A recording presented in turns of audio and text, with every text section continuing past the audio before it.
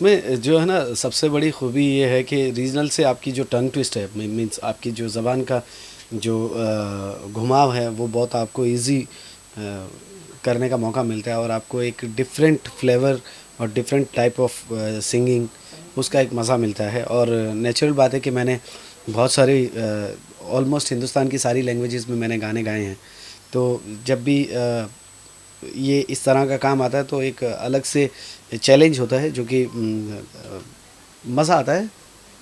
तो ये जो मराठी संगीत मुंबई में है, मराठी संगीत बहुत फेमस है यहाँ पे, क्या खास बात नजर आती है? क्या उसके जो डेलिकेट्स हैं, जो लिरिक्स हैं या म्यूजिक पार्ट है, उसमें क्या खासियत नजर आती है एक्चुअली आपको?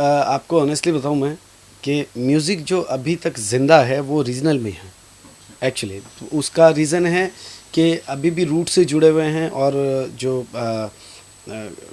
क्या बोलते हैं, पक्की कंपोजिशन जिसे बोलते हैं, कंपोजिशन या पक्का गाना बजाना जो है, आप चाहे वो सायराट उठा लीजिए या और भी दूसरी फिल्में देख लीजिए, क्यों। और रीजनल का एक अपना एक फ्लेवर भी होता है। लाइक अगर आप पंजाब में जाएंगे तो एक पंजाबी फ्लेवर जो है वो आपके साथ फ्लो करेगा, तो वो हमें सीखने का बहुत अच्छा मौका मिलता है, बिकॉज उसके थ्रू जो रीजनल फोक है या रीजनल जो राग रागनियाँ हैं, क्योंकि पक्के गाने बनते हैं, प्रॉपर गाने, जो रीजनल का एक जो एक रूट है, वो हमें बहुत कुछ सीखने को मिलता है। तो मैं पर्सनली मुझे ऐसा लगता है कि रीजनल गाने जो हैं वो गाने चाहिए। तो ये जो प्रोजेक्ट है तू आहेस तरी कौन, जो प्रोड्यूसर सनी जी हैं, जो प्रोड्यूसर चंचल जी और डायरेक्टर सनी जी, उनके बारे में कहना चाहेंगे? तू है कौन बे? इट्स लाइक तो आहिस्तरी कौन, ये मेरे अजीज़ दोस्त, मेरे ख़ास दोस्त सनी मंडावरा जो है इसको डायरेक्ट करने वाले हैं, और प्रोड्यूसर जो है मेरी बहन ही है चंचल। और चूंकि ये घर का काम है तो मेरे लिए थोड़ा सा ज़्यादा इजी हो जाता है बोलने के लिए कि मैं आप लोगों से अपील करता हूँ कि वेनेवर जब भी ये फ़िल्म आप लोगों के सामने बन के आए तो मैं उम्मीद करता हूँ कि आप लोग सब इसको सराहेंगे। बिकॉज़ क्या होता है कि प्रोजेक्ट छोटा बड़ा नहीं होता, छोटा बड़ा होता है लोगों के नज़रियात। तो अगर आप उस नज़रिए से इस फिल्म को देखने जाएंगे और उस तरीके से लोग फिल्म को सराहेंगे, तो मैं उम्मीद करता हूं कि मेरे भाई और भी बेहतरीन फिल्में बनाएंगे। मैं घायल साहब का भी तहे दिल से शुक्रिया अदा करता हूं जिन्होंने इतना खूबसूरत गाना बनाया है, लिखा है। और सनी भाई का इसलिए शुक्रिया अदा है क्योंकि देखिए बावजूद इसके उनको पता है कि बॉलीवुड एक अलग चीज़ है, और मराठी सेक्शन ही बिल्कुल अलग हो जाता है, वो प्रॉपर एक गायकी वाला है, और उन्होंने मुझ पे भरोसा किया। तो ये मेरे लिए बहुत ज़्यादा खुशनसीबी है, मेरे लिए बहुत बड़ी बात है कि इन लोगों ने मुझे इस काबिल समझा है कि मैं इनका गाना गाने आऊँ, और ये गाना जो है मराठी है, और आई होप कि आप लोगों को पसंद आए। बस ये है, आजकल देख रहे हैं कितना ज़्यादा डिजिटल जो म्यूज़िक है बढ़ रहा है, मतलब जी इतने सारे आर्टिस्ट आ रहे हैं, आप ज़्यादा एक्सप्लोर करते दिख नहीं रहे हैं, ज़्यादा एक्सपेरिमेंट नहीं कर रहे हैं उस चीज़ में, क्या कहना चाहेंगे? सी देखिए दो तरह के आर्टिस्ट होते हैं। एक वो जो सुबह सुबह अंडे और भुर्जी के भी फ़ोटो डाल देते हैं, सोशलाइज होना होता है उनको। और कुछ ऐसे होते हैं जो अपने मिजाज के होते हैं, मतलब मीन्स एक अपने तरीके से होता है। मैं ये नहीं कहता कि मैं नहीं करता ये सारी चीज़ें, बट ठीक है, इसको देखिए हम इंसान हैं, अगर हम मशीनों पे या हम इस तरह की सोशल साइटों पे अगर हम बहुत ज़्यादा डिपेंड हो जाएंगे तो हमारा अपना वर्चस्व जो है, जो अपने अपने लिए है, वो बहुत कम रहता है। ये मेरा मानना है कि अगर मैं दिन रात फेसबुक या ट्विटर या इन सब चीज़ों में लगा, ठीक है, सुबह एक बार देख लिया, शाम को एक बार देख लिया, हल्का फुल्का देख लिया, बिकॉज फैंस हैं, वो सब जुड़े होते हैं लोग। और डिजिटल मार्केट अपने आप में बहुत बड़ा मार्केट है, मैं ऐसा डिनाई नहीं करता कि वो मार्केट बड़ा नहीं है। उस मार्केट से ही आज बहुत सारे आर्टिस्ट जो हैं, आप देखिए यूट्यूब के ज़रिए बहुत सारे आर्टिस्ट आए हैं, बहुत सारे एफबी के ज़रिए बहुत सारे वो क्या बोलते हैं उसको, कौन सा, टिकटॉक, टिकटॉक बोलते हैं क्या? टिकटॉक टिकटॉक हाँ, अरे हाँ, मेरा बेटा भी करता है उसको। मत चलने तो बोलिए। हाँ, तो वो उसके ज़रिए, मतलब आप देखिए सोशल का एक जो है, डिजिटल का जो है, अपने आप में एक बहुत बड़ा मार्केट है, और मैं डिनाई नहीं करता। लेकिन बावजूद इसके मुझे पर्सनली जो है, मेरी अपनी लाइफ जो है वो ज़्यादा स्मूथ रखनी होती है, because I don't want to get into more, बहुत ज़्यादा इसमें मुझे घुसने के। हाँ, वो ठीक है, हल्का फुल्का पसंद है, ऐसा भी नहीं है कि बिल्कुल मैं नहीं करता। हाँ, लेकिन इसमें एहतियात भी बरतता हूँ कि मेरे से कुछ ऐसी चीज़ें ना हो, बिकॉज बड़ी मुश्किलों से इन लोगों ने इतना प्यार दिया है, इतना सम्मान दिया है।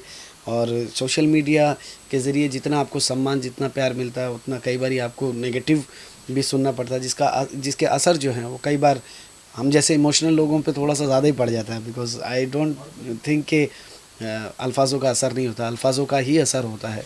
अगर आप अच्छी बात करेंगे तो लोग आपसे अच्छा पेश आएंगे, और अगर आपने कुछ ऐसी चीज़ डाली है जो कंट्रोवर्शियल काइंड ऑफ है, तो उसमें नेचुरल बात है कि आपके 10 चाहने वाले होंगे तो 5 आपके जो है ख़िलाफ़ भी होंगे। आखिर में ये भी जानना चाहूँगा, जैसे जान रहे हैं एनआरसी और ये सब जो मुद्दा है उसके बारे में कुछ कहना चाहेंगे तो बताइए। यार देखिए, फॉलोअप तो मेरा भी है, मैं ऐसा नहीं कहता कि ये मैं फॉलो नहीं करता, मैं फॉलो पे हूँ। और मुझे खुद को पर्सनली इसलिए थोड़ा सा बुरा लग रहा है बिकॉज़ एक इंटरनेशनल छवि भी होती है, और उसके बावजूद बहुत सारी ऐसी चीज़ें हैं जिसमें हम खुल के नहीं बोल सकते। लेकिन सच बात यही है कि ज़रूरत नहीं थी, ये बिल्कुल ज़रूरत नहीं थी। और इसमें मैं दोषी किसी को नहीं मानता। दोषी होता है माहौल जो क्रिएट किया जा रहा है, वो एक अलग तरीके से एक प्रोपेगेंडा फैलाया जा रहा है। और उसके अलावा आप देखिए कि कितनी बेइज्जती हो रही है यार, मुझे खुद को अच्छा नहीं लगता। बिकॉज़ क्या है, आपको शायद ये पता हो या ना हो, मुझे नहीं लगता, लेकिन खुद मोदी जी कितने, हिंदुस्तान के बहुत सारे ऐसे माइनॉरिटीज़ हैं जिनके वो आइडल हैं, बहुत सारे लोगों के, और बहुत सारे लोग उनको इतना प्रेज़ करते हैं। मैं ऐसे लोगों से मिला हूँ, बट फिर बात वहीं आ जाती है कि यार ये थोड़ा सा ज़िद वाला मामला हो जाता है कि आप प्लीज़ थोड़ा सा सोचिए। बिकॉज़ ये मामला, कोई इतने लोग प्रोटेस्ट में बैठे हैं, वो बेवकूफ़ तो हैं नहीं, वो पढ़े लिखे हैं, उन लोगों को पता है। बिकॉज़ क्या होता है, हर चीज़ का एक वो होता है, एक लॉजिक होता है, उसके पीछे की एक पूरी एक सोची समझी एक वो चीज़ बोलते हैं जिसे, कि इसके अंजाम जो हैं वो बहुत ज़्यादा विनाशकाले विपरीत बुद्धि वाला सीन है। कि यार अब इतने सारे लोग प्रोटेस्ट में हैं, इतने सारे लोग आपको ये लेने के लिए वापस बोल रहे हैं। नेचुरल बात है, मुझसे लेके या और भी दूसरे लोगों से लेके कई लोगों को दिक्कत इस बात की नहीं है कि हम लोग लाइन में खड़े होंगे, दिक्कत इस बात की है कि यार ये ज़रूरत ही क्या थी।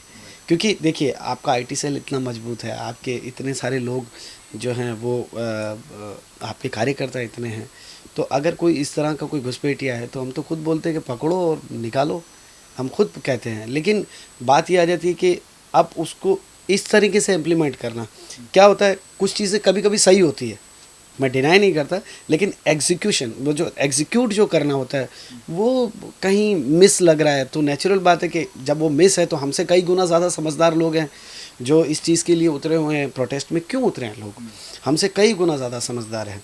और मैं नहीं समझता कि मेरी सोच उस लेवल तक पहुंच जाएगी कि जहाँ पे बीजेपी, कांग्रेस, आप, एक्स वाई जेड जितनी भी पार्टीज़ है वो क्या सोचती होगी, उनको क्या भविष्य दिखता होगा। मुझे तो सिर्फ ये दिख रहा है कि आज पूरा देश सड़कों पे है और पूरे देश में प्रोटेस्ट हो रहा है, तो उनको थोड़ा सा ये समझना चाहिए। बिकॉज आई पर्सनली जेन्युइनली राजा वो होता जिससे जनता प्यार करे, राजा वो नहीं होता जिससे जनता, मतलब ठीक है अपने अधिकारों के लिए लड़ते हैं वो एक अलग चीज़ है, लेकिन मुझे ऐसा लगता है कि ये जो थू थू हो रही है, ये जो छी छी हो रहा है, वो पूरी दुनिया में एक गलत मैसेज जा रहा है। और हमारे पड़ोसी मुल्कों को या हमारे दूसरे और जो व्यापारी मुल्क है जिनके साथ हमारा लेन देन है, वहाँ पे भी हमारी छवि का थोड़ा बहुत तो वो हो ही जाता है। बिकॉज़ क्या होता है, ये टोंट वाला सीन है, ऐसा नहीं है कि आपको कोई मार देगा, एक टोंट होता है कि अगर वो मुस्कुरा के भी निकल गए बाजू से तो हमारे लिए थोड़ी सी शर्म की बात हो जाती है। बिकॉज़ इज़्ज़तदार आदमी शर्म के लिए वो करता है, तो हमारे लिए थोड़ी शर्म की बात है। रही बात कितना सही है कितना गलत है, अब तक इस कंक्लूजन पे तो मैं पहुंचा नहीं हूँ। मेरे हिसाब से मैं इतना ही कहना चाहूँगा कि प्लीज़ देश में अमन शांति रहे, देश को बचा लीजिए। और जो दूसरे देशों में हम देखते आए हैं, जो सिविल वॉर है या और दूसरी चीज़ें हैं, जो गंदगी है जो होती आ रही है, हमारा देश हमेशा से मतलब एकजुट रहा है। और उसका मैंने बचपन से देखा है, मेरा अपना बचपन जो है वो ऐसे माहौल में गुजरा है कि मैं, हमारे बीकानेर में बहुत सारे मोहल्ले जो हैं वो ऐसे हैं जहाँ पे मैं रात रात भर बैठता हूँ, और वहाँ पे पॉलिटिक्स की बात नहीं होती, वहाँ पे सलाहियत, अक्लमंदी की बातें होती है। और बहुत बहुत सारी चीज़ें, मैं ये नहीं कहता पॉलिटिक्स अक्लमंदी नहीं है, वो भी अक्लमंदी है, लेकिन बावजूद इसके एक अमन शांति प्रेम और एक देश भावना, देश के लिए जो प्रेम है वो लोगों के लिए उजागर होना चाहिए, ना कि किसी इंडिविजुअल के लिए हो जाए। वो थोड़ा सा अजीब सा लगता है।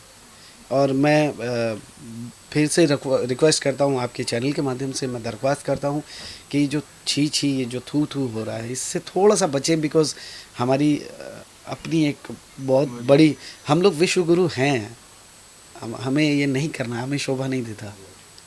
आखिर में ये कोई ऐसा प्रोजेक्ट जो दिल के बहुत करीब हो और जिसके बारे में बताना चाहें? बहुत सारे गाने गाए हैं यार, हमें खुद को नहीं अभी आगे पता। आने वाले जो गाने हैं मैं वही कह रहा हूँ, हमारा काम वही है, हम गा के आ जाओ, उसके बस बाद वहाँ के हमें गाने हम कुछ होने हमें वाला नहीं, हमें खुद को नहीं पता होता। बहुत सारे गाने हैं। अभी क्या होता है जैसे, हाँ, कि हम किसी म्यूज़िक कंपोज़र के लिए गा के आ गए, ठीक है, सेम गाना किसी और ने भी गाया है, अब वो एक रोटी पे 5 नाम लिख दिए, समझ रहे हैं, तो अब जो नाम ज़्यादा चमक रहा है उसके हिस्से में रोटी आ जाएगी, वैसा भी सीन होता है। और कभी कभी ऐसा होता है कि कुदरत की बात है कि हम लोग स्क्रैच भी गा के आते हैं, और उस बावजूद इसके वो, अगर वो जैसे जबरिया जोड़ी का गाना, आई डोंट थिंक कि वो जो गाना था उसको जिस तरह से हम लोगों ने गाया था वहाँ पे, तो I am thankful to my music composer and my जितने भी फिल्म से जुड़े हुए लोग हैं कि उन्होंने इस नाचीज़ को पसंद किया। और आने वाले प्रोजेक्ट में तो बहुत सारे हैं, हमें खुद को नहीं पता होता सीरियसली। बिजली गिरा दे रानी, कूलर चला दे रानी, बिजली गिरा दे रानी, कूलर चला दे रानी, आया है हीरो धमाल कर दे, ओ तेरी लचके जब कमरिया सारा जिला ही लेला, ओ तेरी लचके जब कमरिया सारा जिला ही लेला। Thank you so much, thank you very much. Hi, my name is Deepti Patil. वैसे तो ये सनी जी का मराठी मूवी का पहला प्रोजेक्ट है, तो मैं उनको 1 साल से जानती हूँ, साथ में काफ़ी काम भी किया है, तो I am very excited to work with this project and I hope ये फिल्म अच्छी रहे और सबका साथ फिर से जुड़ा रहे। तो किस तरह से एसोसिएटेड हैं इस प्रोजेक्ट से, मतलब as a artist, as a singer? या I am an artist, I am working in this movie, और मैं जो सनी जी है उनकी भाभी का रोल कर रही हूँ, तो होप आपको ये किरदार पसंद आएगा। तो कुछ अपने बारे में बताइए, कुछ अपना बैकग्राउंड बताइए, प्रोफेशनल क्या प्रोजेक्ट्स किए आपने, उसके बारे में बताइए। मैंने mainly daily soaps episodic shows किए हैं, वेब सीरीज़ की हैं। एक on end of continuity track कर रही हूँ मैं, ये रिश्ते हैं प्यार के, जो डायरेक्टर्स कट प्रोडक्शन का है, और अभी फ़िलहाल मैं कसौटी ज़िंदगी की करके हटी हूँ, जो बालाजी टेलीफिल्म्स की तरफ से है। काफ़ी वेब सीरीज़ भी की है मैंने, और एक के आर रेड्डी सर की एक मूवी में भी आप मुझे देखेंगे। तो क्या कहना चाहिए आज के दौर में जो प्रोजेक्ट्स बन रहे हैं, जिस तरह के जो रोल ऑफर किया जा रहा है, आप संतुष्ट हैं इस रोल को लेकर और ऑफर? मुझे जो रोल मिल रहे हैं, येस, मैं उससे बहुत ही खुश हूँ, बहुत संतुष्ट हूँ, क्योंकि जिस तरह के रोल मुझे पसंद है, जो मेरी पर्सनालिटी को शोभा करते हैं, मुझे वैसे ही रोल मिल रहे हैं, ऑफ़र हो रहे हैं, and I am very happy कि मुझे किसी तरह का कोई लिमिटेशंस नहीं रखना पड़ रहा है अपने लिए, तो yes, I am very happy for the kind of role that I am getting. Mumbai के हैं, कहीं बाहर से आए हैं? I am born and bought up in Mumbai. तो क्या बैकग्राउंड, थिएटर बैकग्राउंड है, कैसे आना हुआ इंडस्ट्री में? नहीं, I was in to a corporate field, मैं टाटा बिजनेस में असिस्टेंट मैनेजर थी, तो it was a different field all together.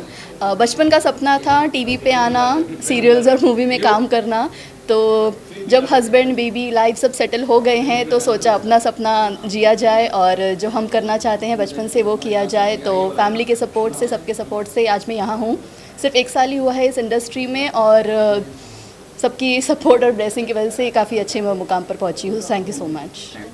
Actually तो आहेस तरी कौन, आखिर तुम कौन हो। बेसिकली मेरी कहानी ये एक हार्डकोर रोमांटिक फिल्म है, जिसमें पूरी फिल्म में कन्फ्यूजन है कि लड़का लड़की से प्यार करता है, लड़की लड़के से प्यार करती है, और वो बड़े एक अजीब से कन्फ्यूजन में है, एक अजीब से रिलेशन में है। और एक बहुत अरसा, यानी कि रात को 7 बजे ये लव स्टोरी शुरू होती है और सुबह में 7 बजे वो शादी कर लेते हैं, तो एक इतना लंबा अरसा वो अपने प्यार में बिताते हैं, तो एक बहुत बड़ा कन्फ्यूजन है। और क्लाइमेक्स जाते जाते इनका ये हो जाता है कि तो आहेस तरी कौन, उनको पता चल जाता है कि हाँ यार, कि सामने वाला एग्जैक्टली कौन है।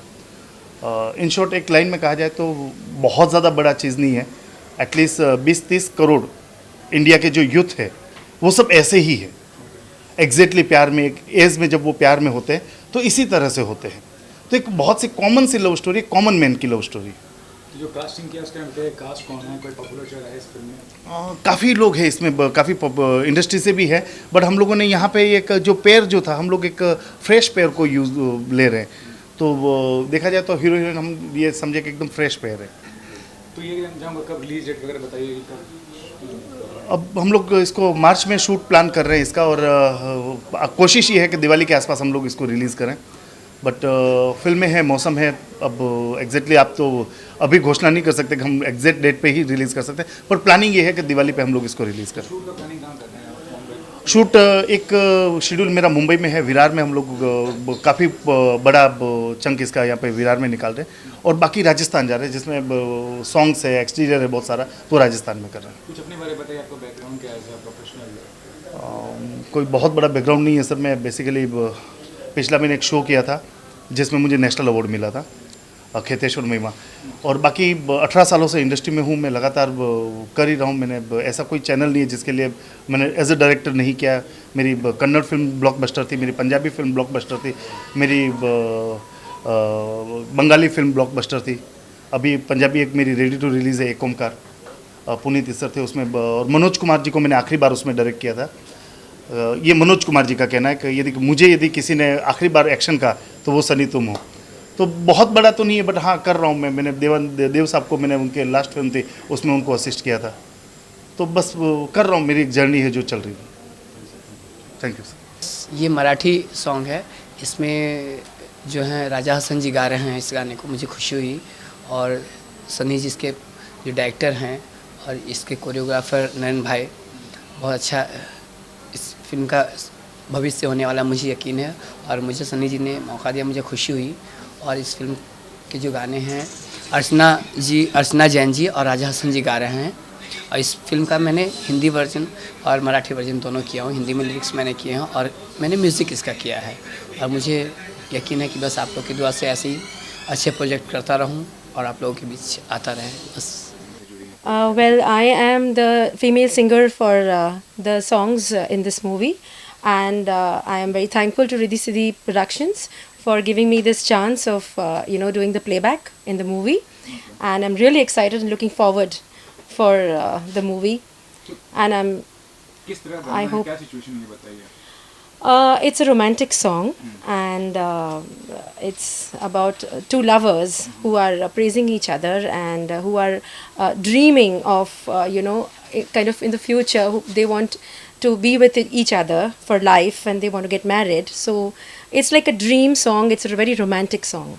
What about the producer and about the director? Sunny जी का हमें क्या कहना चाहेंगे, और जो प्रोड्यूसर चंचल जी का? Sunny ji, I feel he's a very focused and a very energetic director, and he's a very down to earth person. I must say that. So I'm lucky to have him as the director of this film.